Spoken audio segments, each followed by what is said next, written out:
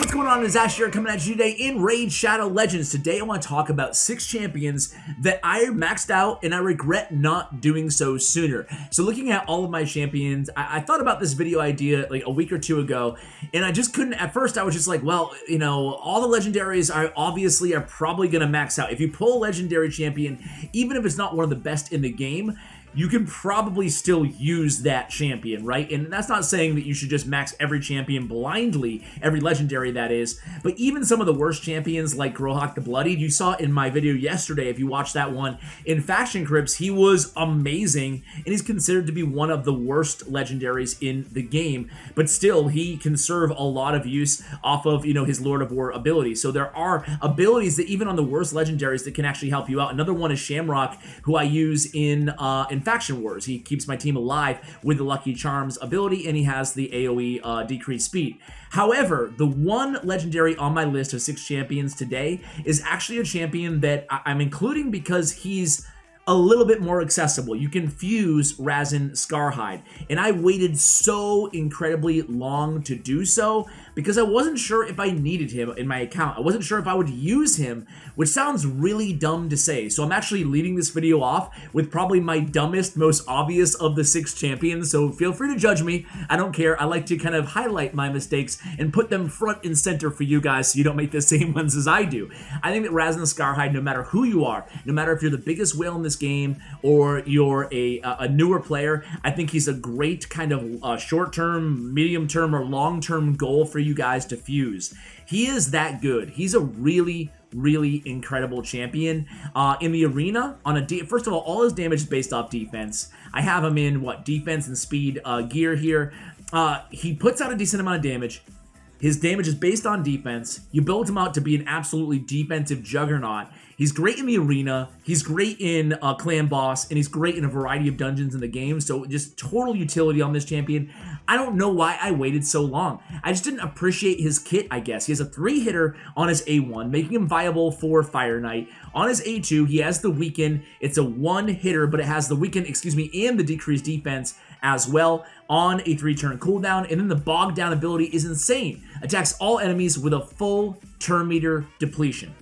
Full turn meter gone on an AoE. That's a great move for the arena, especially for a defensive team in the arena, especially with tag team going on right now, or the last few months. It's not really new anymore, is it? I think that Bog Down is an insane ability, and Razin is an insane champion to have. He also has the resist in arena battles by 90, so you can put him as an aura lead on an all-resist team. So Razin, again, probably the most obvious, dumbest champion to even include on this list, but, you know, I regret it. I waited probably 7 months after I started playing to even think about fusing Razin. Finally, I did, and even after I did, I didn't even use him right away. I didn't know how to use him, and it sounds dumb and obvious, but that is what it is, right? Obviously, defense on his chest. I actually have defense on his boots as well because I was able to get enough speed from other artifacts. I talked about this decision in yesterday's video, how I'm moving my account farther away from speed and damage, and more towards sustainability, and it helps me out a lot in Faction Wars. It's going to help me a lot in Doom Tower, and it helps me out a lot in the arena as well. And then I have crit damage on his gauntlets. Really beast build right now, if I do say so myself, on my Razin. So that's the only legendary on my list, guys, and again, maybe I shouldn't have included him. Maybe I should have just made it 5 champions. Let's go over to one of the rare champions that I'm going to talk about today. As I mentioned, there are 2 of them, and the first one is going to be Painkeeper. So Painkeeper, I knew she was alright, but at the point where I pulled Painkeeper and I thought about actually maxing her out, I had already actually had Prince Kymar, who has, you know, the combat tactics ability on steroids in Seal of Magic, which resets the abilities of all your ally skills, the cooldown. This just decreases the cooldown of all ally skills by 1 turn on a 4-turn cooldown. I think Kymar's is, a 6 or 7 turn on Seal of Magic. But either way, I didn't have a lot of respect for combat tactics, if I'm honest, you know, getting used to Kymar. But Painkeeper is much more than just combat tactics ability, and that's what I didn't really fully recognize in this champion. On her A2, she has an AoE attack, and she heals all allies by 15% of her max HP. I've talked about this before. Painkeeper is a great support champion. She really is. You'll notice a big difference on this champion, and her damage is based off of HP as well. It scales more than attack on this champion. So you can build her out with, and I've mentioned this a few times on the channel before, I'll mention it again because it's true, you build her out with a ton of HP. And then she's healing this 15% of her max HP when she's got, you know, 50, 75, 100k HP.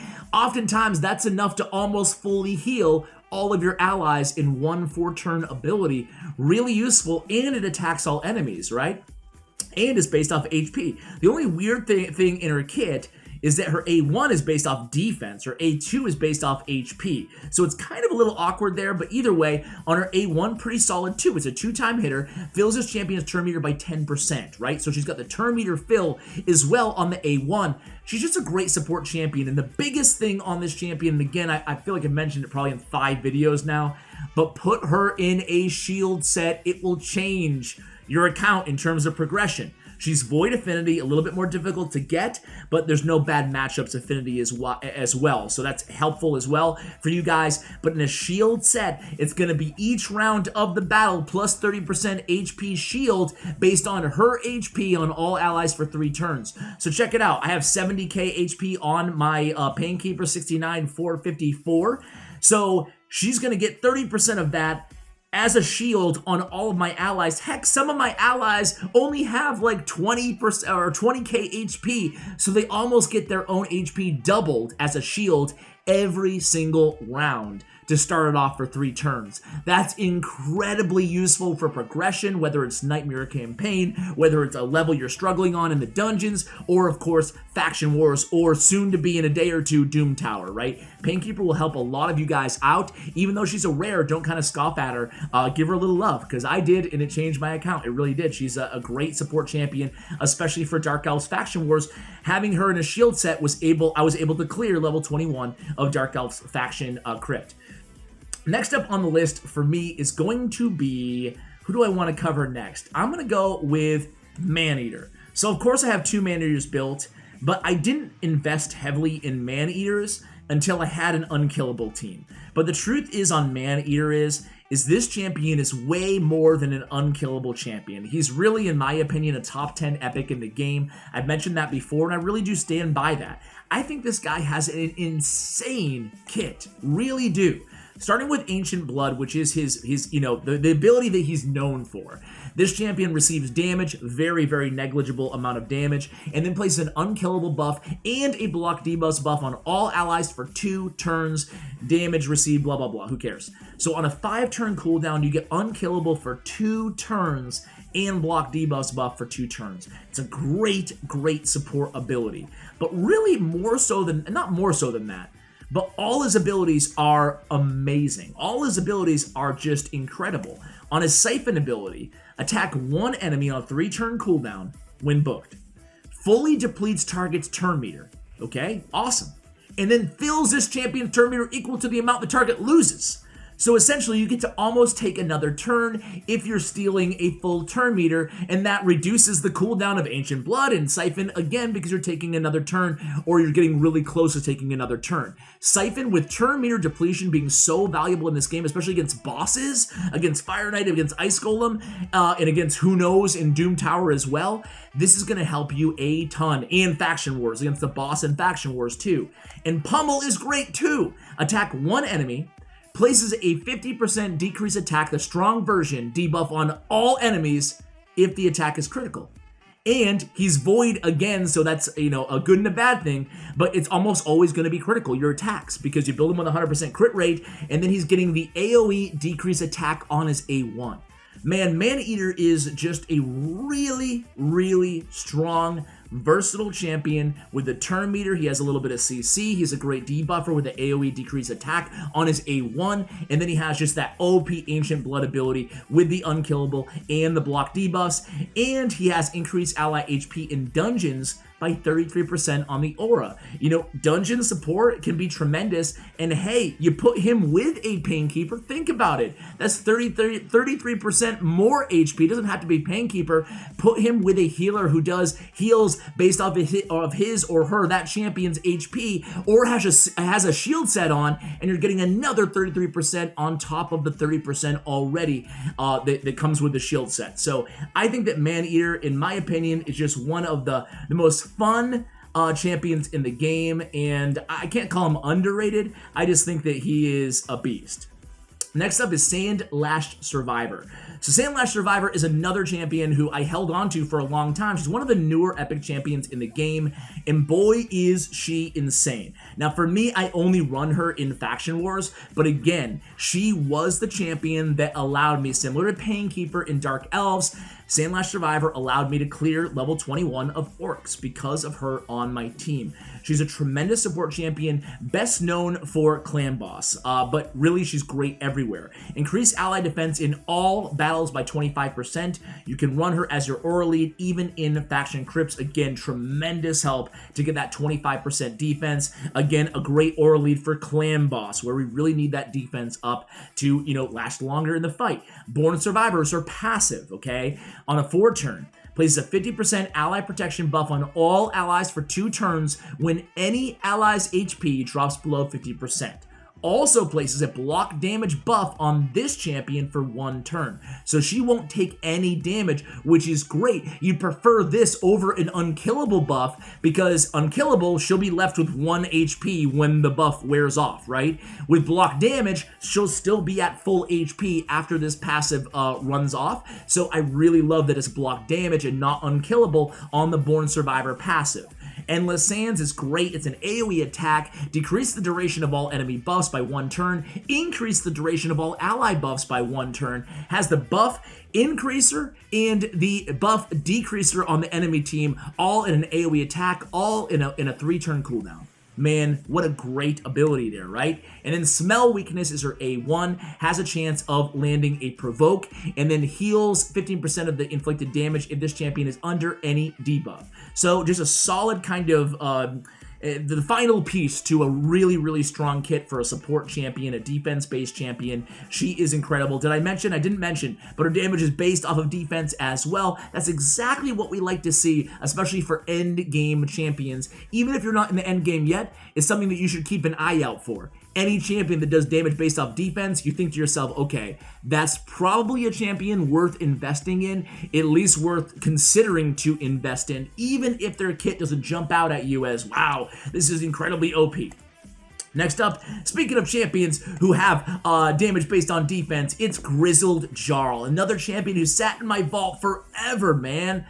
No respect for the Grizzled Jarl from yours truly until I built him, and then I was like, damn, man, he had more impact. And again, I feel like I'm really repeating myself here because I am, but he was the champion that allowed me to clear level 21 of Dwarf Faction Crypts, man, because even more than Rearguard Sergeant, even more than Molly Tankard, like even more than all the OP Mountain King, the OP dwarves there are in the game, it was Grizzled Jarl who put everything together as a really strong kind of robust defensive option. If you have Grizzled Jarl and you haven't built him out, really strongly consider it. He is a great epic champion. He really is. He has 100% heal reduction on his A1. Again, all damage based off defense. On Ancestral Shield, 3-turn cooldown, block debuffs for 1 turn, increased defense for 2 turns. That's great too because the increased defense is doing more damage because it's damage based off defense, and he has an AoE based off defense on his A3 Earth Stomp.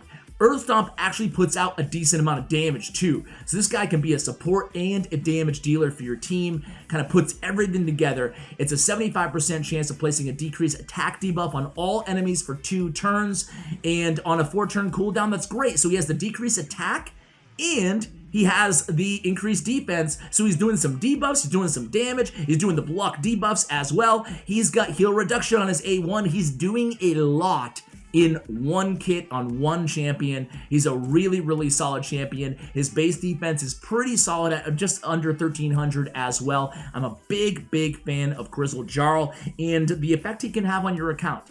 And last but not least, guys, is kind of a cheater here, kind of cheating. It's my second Koltar.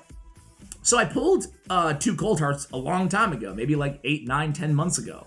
And, you know, I know some of you guys don't even own 1 Koltar, so I'm not trying to say, you know, shame, whatever. I know it's difficult to get even void rare champions, but if you do, if you're one of the lucky ones who pulls 2 Koltars, I don't know why I waited so long, right? Because Koltar is, and I've said this before, but I really truly believe this, guys, not hyperbole. She's a legendary champion in a rare champion skin. Her base stats aren't incredible, right? I mean, her speed is low, her defense is low, her HP is very low, her attack is good.